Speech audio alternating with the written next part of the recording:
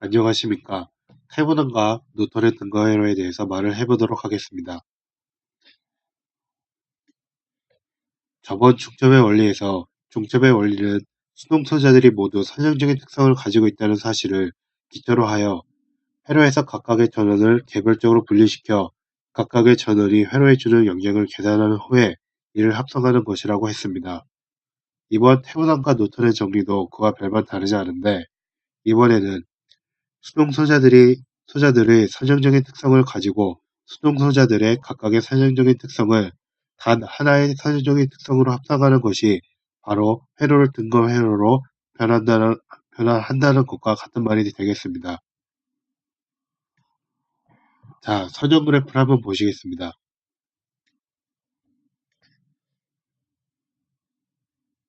이 선 x, y1은 0.5x, 이 y2는 1x만의 1만큼의 기울기를 가지고 있고 이때 y1과 y2는 y1의 선형 그래프와 y2의 선형 그래프를 합성한 것은 이 둘의 기울기를 합한 y3 즉 1.5x의 선형 그래프가 된다고 할 수 있습니다. 자, 그렇다면은 여기 0.5ohm짜리 저항과 1ohm짜리 저항이 직렬로 연결되어 있다고 합시다. 그렇다면 두 저항의 직렬 합성 저항은 당연히 1.5ohm이 되겠죠.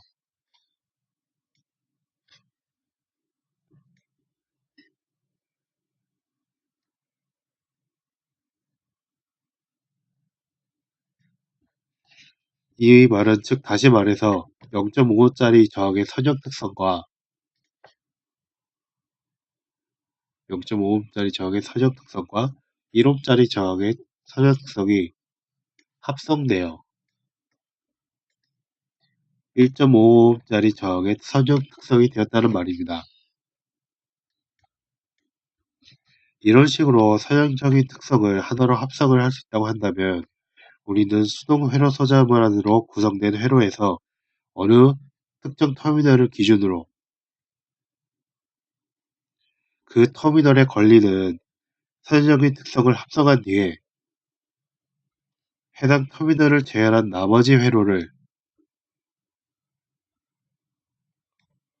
저항과 전원 하나로 치환할 수 있다는 말입니다. 왜냐하면 전원과 저항 하나만 있으면 이런 합성된 선형적인 특성을 만들어낼 수 있기 때문이죠.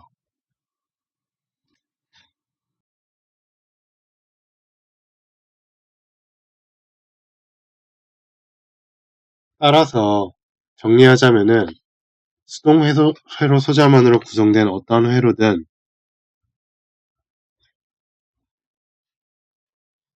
치환하는 등가 회로의 목표가 되는 수동 회로 소자를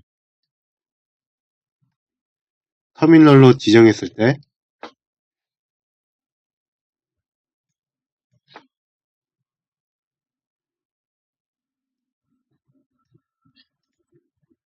수동 회로 소자를 터미널로 지정했을 때 이 나머지 회로가 터미널로 이 RL의 크기에 대해 전압과 전류를 선형적인 값으로 내놓을 겁니다. 나머지 회로로부터 B와 I를 RL의 그러니까 레지스터 로드의 값에 대한 선형적인 특성에 따라 나머지 회로가 B하고 I 값을 내놓을 겁니다. 따라서 이 나머지 회로가 터미널에 대하여 내놓는 선형적인 특성을 그래프 하나로 표현할 수 있다면은 이 나머지 회로가 내놓는 특성을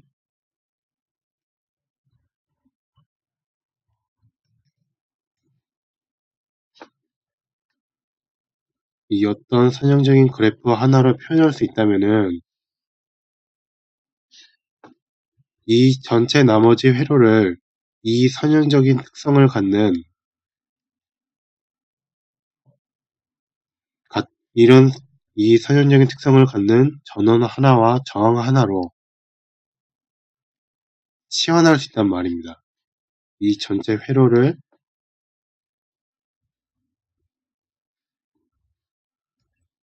같은 선형적인 특성을 갖는 전원 하나와 저항 하나를 갖는 회로로 치환할 수 있다, 바꿀 수 있다. 왜냐면 어차피 바꿔봤자 터미널에 대해서는 같은 B하고 I 전압 전류 특성을 가지므로.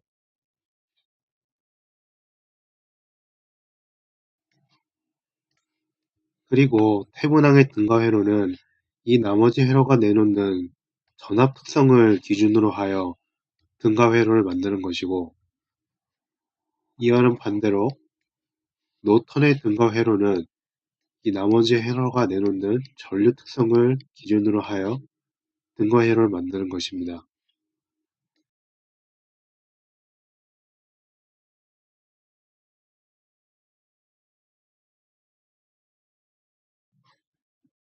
이때 이 터미널의 전압 특성을 재는 방법은 이 부하 저항을 제거한 다음, 그러니까 이 터미널을 단락시킨 다음 이 터미널 A하고 B의 전압차가 태분항 등가 회로의 전압이 되는 거고, 태분항 전압이 되는 거고, 반대로 노턴의 등가 회로의 노턴 등가 전류를 계산하기 위해서는 이 부하 저항을 제거한 다음 선을 단선시켜서, 즉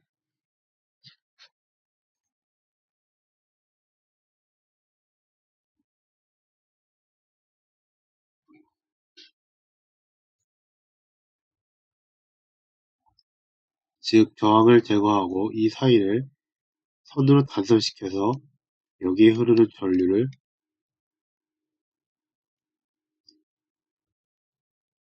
기준으로 하는 것이 노턴의 등가 전류입니다. 그러므로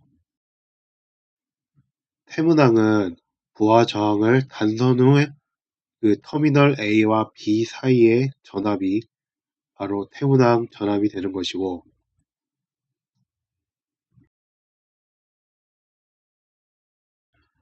노턴은 부하 저항을 없앤 후 그 사이를 단선시킨 후에 그 터미널 A와 B 사이는 전류의 크기, 그것이 바로 노턴의 전류값이 되는 것이죠.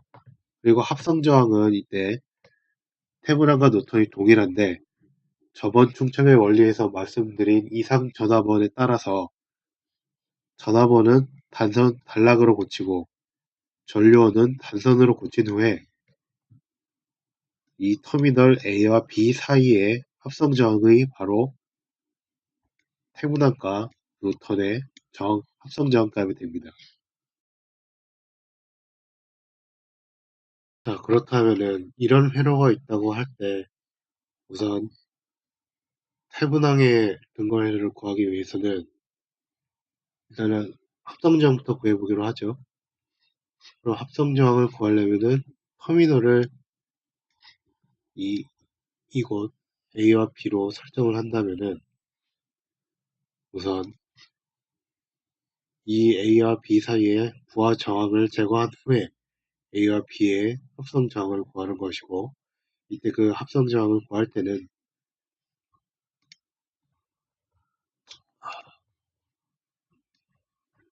전압원은 단락시키고 전류원은 단순시킨 후에 합성 저항을 구하는 것이기 때문에 이 A와 B의 합성 저항을 구하면은 이 부분 B와 이 부분 A 사이의 합성 저항을 구하는 것이므로 이 R1과 R2는 병렬 플러스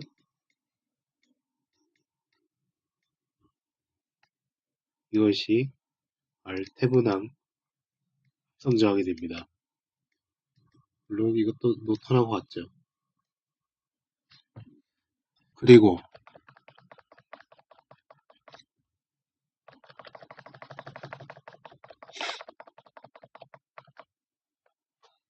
테브낭이기 때문에 테브낭 전압을 구하기 위해서는 A와 B 터미널 사이의 전압인데, 그를 위해서는 마찬가지로 우선 부하 저항을 제거한 후에, 단선이 아니죠. 왜냐면 만약에 단선을 시킨다고 하면은 A와 B 사이의 전압이 0이 되겠죠. 왜냐면은 저항이 전혀 없으므로 전압이 생길 수가 없으니까. 그러므로 A와 B를 단선시키고 A와 B의 전압차를 구합니다. 자, 그렇다면은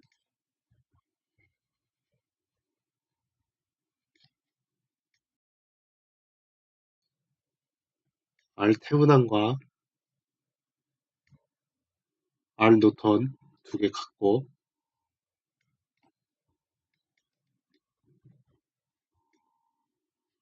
B테브난과 A와 B 사이의 전압차와 A와 B를 단선시켰을 때 전류의 크기 I노턴, 이게 다 나왔으므로 이 회로는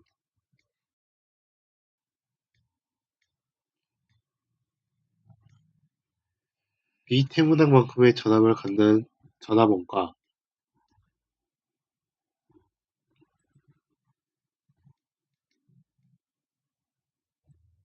R테브난만큼의 값을 갖는 저항과의 직렬 연결로 표현될 수 있고,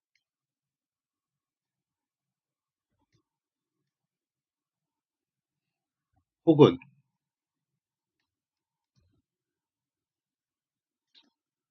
I노턴만큼의 값을 갖는 전류원과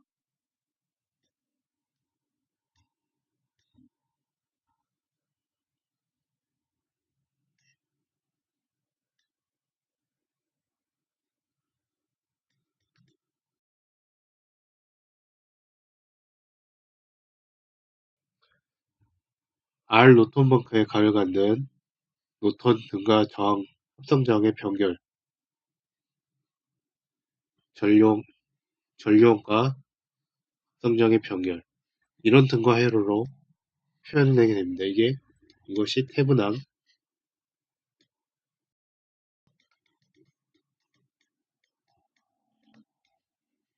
등가 회로고, 이것이 노턴 등가 회로입니다. 이 회로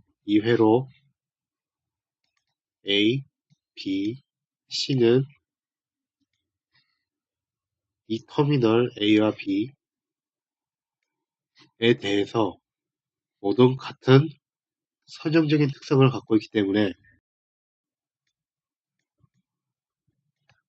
등가 회로로 치환될 수 있고, 만약에 이 A와 B가 아니고 R1에 대해서 한다면은, 이때 R1에 대해서는 우리가 방금 구한 R로드, 이 터미널이 갖는 사진적인 특성과 이 R1에 갖는 사진적인 특성은 전혀 다르므로, 만약에 R1에 대해서 구하고 싶다 하면은 이때는 이것과 이것이 완전히 틀린 다른 선형 특성값에 대한 테브란 노턴 회로가 나오겠죠. 이것이 테브런과 노턴의 근거 회로입니다.